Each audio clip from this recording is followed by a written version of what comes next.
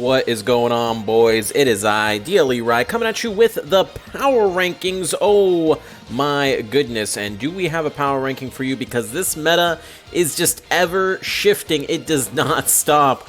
But I do think that this is now kind of where the meta is going to be headed towards. I don't think it's going to be changing too much, too crazily much.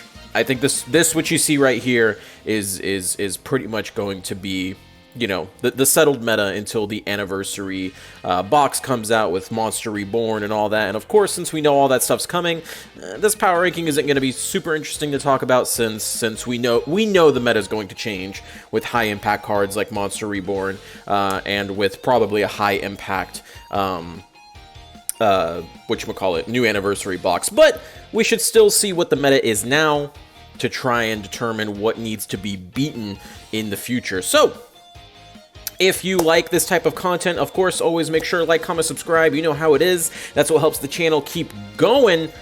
Let's get into it, boys. Look at that. Harpies, Water XCs, Destiny Hero, Abyss Actor, and Gaia. Your top 5. You can see Cyber Dragon has dropped off. Melodious isn't even on here. We'll get into that. Very clearly, they're just not a good deck anymore. Things like Ritual Beast has gone down dramatically. We'll get into all that. Of course, just like last time, we'll talk about what was in that place and then compare and see what happened from the previous week. Of course, these are our tournaments from this week. The GG Tour, or I believe was actually the Marvel tournament, but it's just on the graphic as GG Tour. I apologize about that. Battle Phase Tuesday, Battle Phase Wednesday, all the battle phases, all the Meta Weeklies, Meta Freaklies, Ulterior Union, and Ruby League. Thank you so much to everyone that holds these amazing tournaments. That's how we get our data. There you go. All right. Oh, and I forgot to mention, we're going to look at overall representation as well. We can kind of see the differences from last time. We actually, if I can pull it up right here, in terms of what decks entered, you could see Water XCs last week was highest.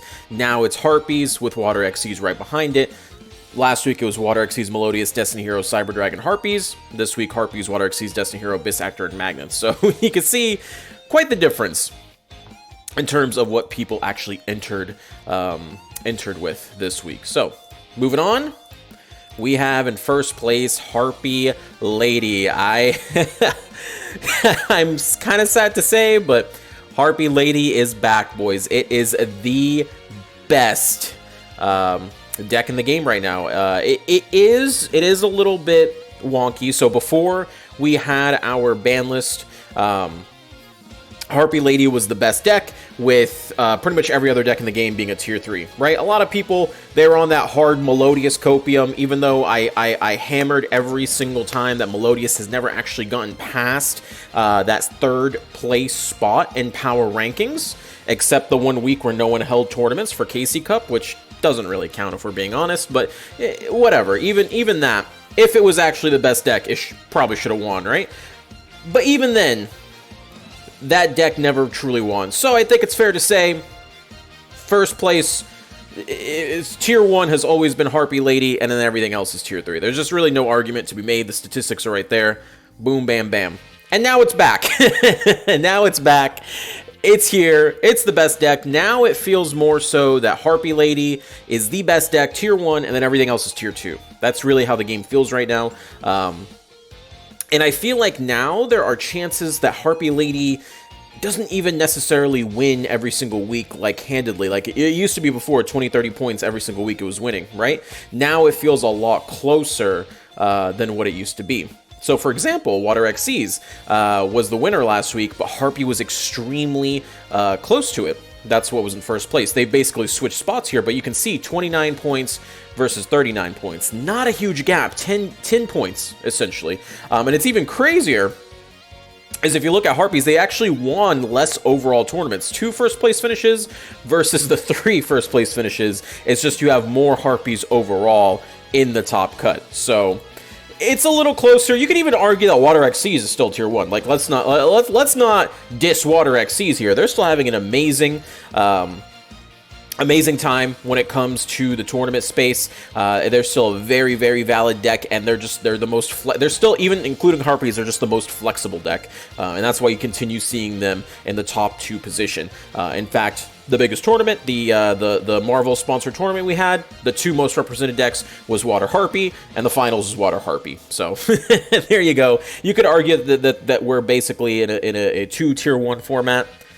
I still think Harpy has an edge on Water XCs just because of their inherent ability to pop back row and pop the, Poisonous Wind and stuff like that. But, there's the data for you. Interpret it as you will. Moving on, 3rd place, D-Hero, clawing up from, I believe, 6th place last time to take the 3rd place spot away from Ritual Beast. Ritual Beast does not want to deal with Harpy Lady. Harpy Lady kind of shits on Ritual Beast, if we're being honest, and now they're back. They took a week off, figured out what they wanted to do. People wanted to play 30 cards, realized, okay, it's time to play 21 to 24 cards instead.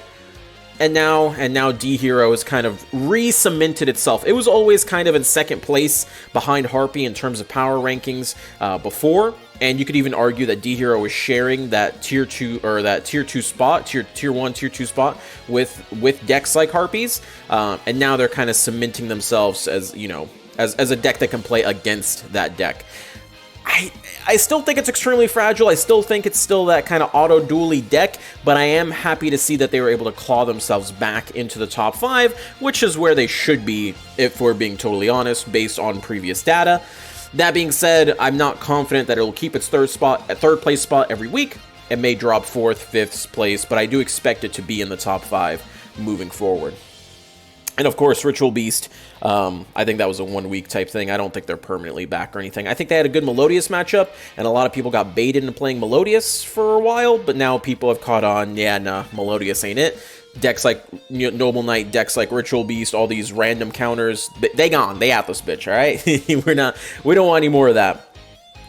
Next up, Abyss Actor, let's fucking go. 14 points in 4th place. They weren't even on the top 5 last time, replacing Cyber Dragon. I talked about it last week. I think 4th and 5th place is just going to be the random rogue decks that are able to win a tournament, right? Like, that's the thing. If Magnus won a tournament, they're in 4th place. Abyss Actor won a tournament, they're in 4th place, Cyber Dragon won a tournament, they're in 4th place. These are very powerful rogue strategies. I talked about Abyss Actors. They definitely feel like how Noble Knights felt before they got King Custonin. You can tell there's something there, but it's not quite meta impactful, not quite meta, just not quite meta, right? It is good, but it's not great. We'll see if it continues going. Of course, it's still one of the newer decks, and there's still new strategies being used and applied to it. But we just had that big tournament, the sponsored tournament, a ton. I think it was the 3rd or 4th most entered deck, and 0 tops does not reflect well on Abyss Actors. It did win that meta freakly, which essentially put it where it is, but I don't think it's going to be meta impactful beyond any other points here. Cool to see it though. That's awesome. Hopefully the people can figure out how to make it win more, right? So moving on, 5th place, Gaia has returned, and yeah, I mean, with D-Hero coming back, it's gonna be a rough time for Gaia. They didn't win any tournaments. They just got a whole bunch of 2nd places, which is pretty funny. At 14 points, you can see there, they actually did not win any tournaments, and that was the tiebreaker, right? Because whenever we have tiebreakers with points, it's whoever won more higher seedings of tournaments, and that's how Gaia broke down in 5th place. But as you can see, normal Gaia took over Noble Knights, who was in 5th place by 9 points, I believe, last time. So it really is just whatever rogue deck wins a tournament or does well in a tournament. And there you go. That's pretty much how Gaia functions at that point. So there you go. There are the top 5 decks.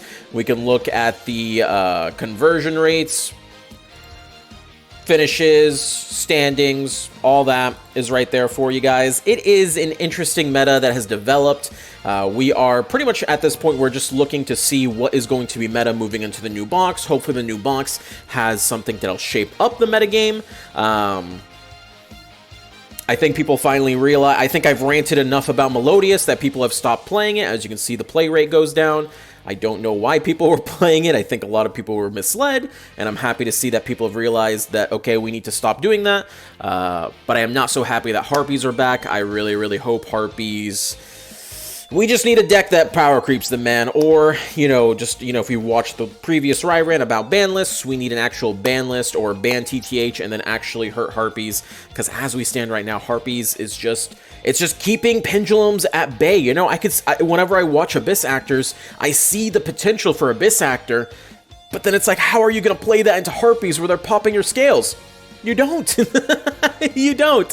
So there you go, boys. Have a great week of tournaments. I will be personally gone from the 25th to the 29th on a little bit of a Christmas outing with some family. So I will see you guys. I will see you all this week, but next week I'll be a little bit absent. You'll see Kamel and PDS a little bit more. I hope you guys have a fantastic holiday. Peace out. Till the next one.